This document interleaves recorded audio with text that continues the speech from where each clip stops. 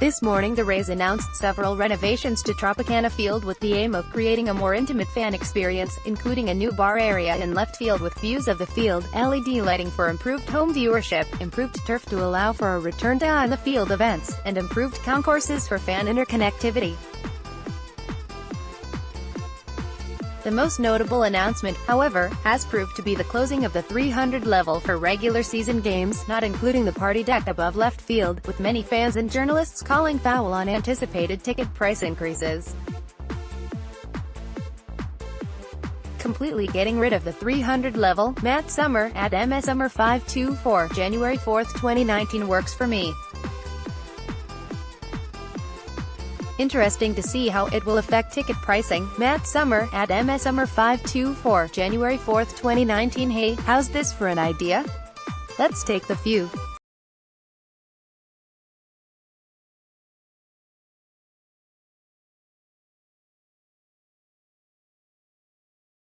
Encina, at Eddie in the Yard, January 4, 2019. There are some who clearly believe this decision was made in bad faith, that the closing of the deck is more about profits than fan experiences. Doesn't surprise me at all. The team can save some money and lower the supply closer to the demand. Sad, but basic economics.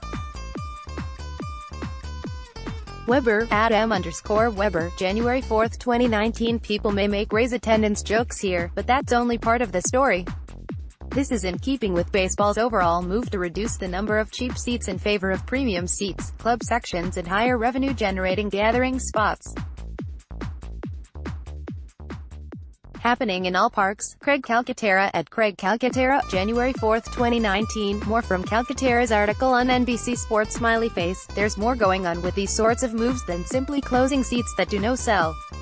Indeed, the common thread here, and with the construction of newer stadiums, is to go with fewer seats while placing a greater emphasis on more expensive seats, club sections and common gathering areas with bars and other amenities. The Rays may have multiple aims with this move, but one of them certainly involves eliminating its lowest-priced tickets, which likely represent fans who spend less money at any given ballgame. Unless I'm missing some key details.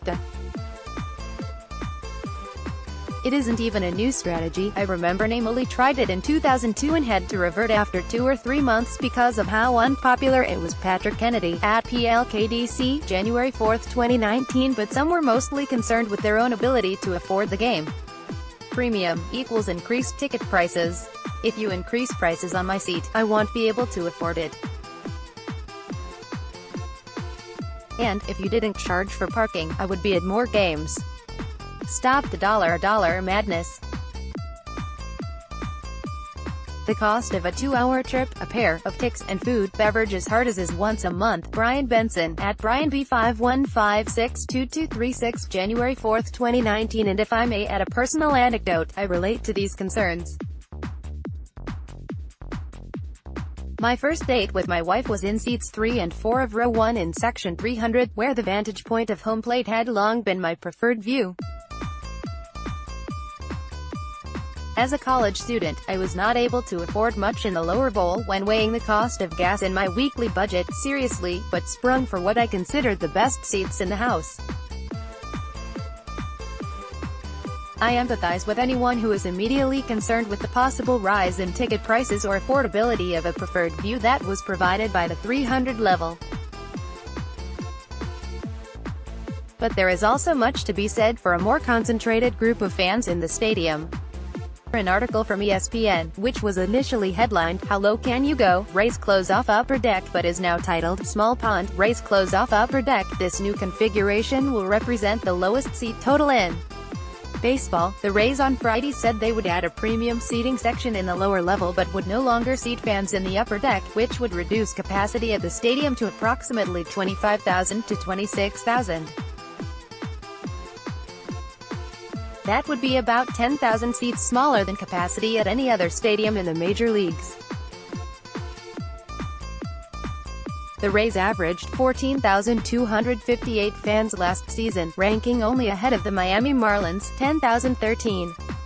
It was a 7.9% decline for the Rays, who have ranked last in attendance in all but 2 seasons since 2012.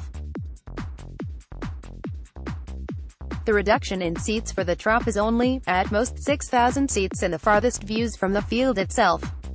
This adjustment in seating shifts the average attendance across the line from being less than half full to more than half full within what is already a cavernous stadium.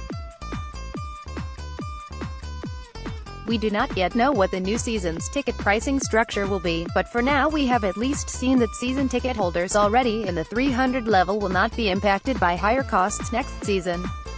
As one who is affected, the Rays just sent me an email. Press level or outfield is an upgrade at no cost. Or you can choose the GTE Party Deck as well at a price savings. Justin Pegg, at Walking Delias, January 4, 2019. As articulated by Craig Calcaterra, there is certainly an economical impact to eliminating 6,000 of the cheapest seats in the park, but overall, this should create a net positive for the fan experience, and perhaps the player experience as well. And we cannot say tickets will not be priced at upper-level rates. Last season tickets at the press level were marked as low as $9.99 on Thursdays, a deal that also included chips and a drink, and $14 for the lower level on Fridays through an upgrade to the 7-Eleven promotion. Furthermore, the Rays have a demonstrated history of acknowledging the needs of low-income fans.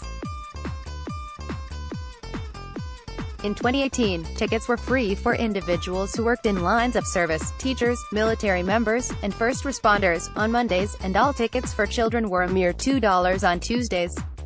Hot dogs were also priced at $2 in that promotion, and food has always been allowed to be brought into Tropicana Field from outside the stadium. The Rays are among the cheapest to find tickets as well. Statista ranked the Rays 28th in average ticket price in 2018 at $21.60. Whether you are encouraged or not by the team's decision to close the upper deck, let's withhold judgment on the team's overall intentions until we know what the prices will be.